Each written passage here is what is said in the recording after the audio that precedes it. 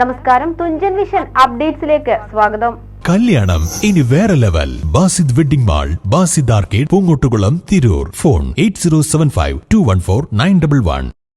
തിരൂർ ജില്ലാ ആശുപത്രിയിൽ ചികിത്സ തേടിയെത്തിയ പരപ്പനങ്ങാടി സ്വദേശിയായ യുവാവിന് തെരുവുനായയുടെ കടിയേറ്റ് പരിക്ക്. പരപ്പനങ്ങാടി ഉള്ളണം സ്വദേശി ബീരാഞ്ചേരി കരിമ്പനയിൽ വീട്ടിൽ ബഷീർ എന്നിവരുടെ മകൻ അജ്മലിനാണ് തെരുവുനായയുടെ കടിയേറ്റ് വലതുകാലിന് പരിക്കേറ്റത്.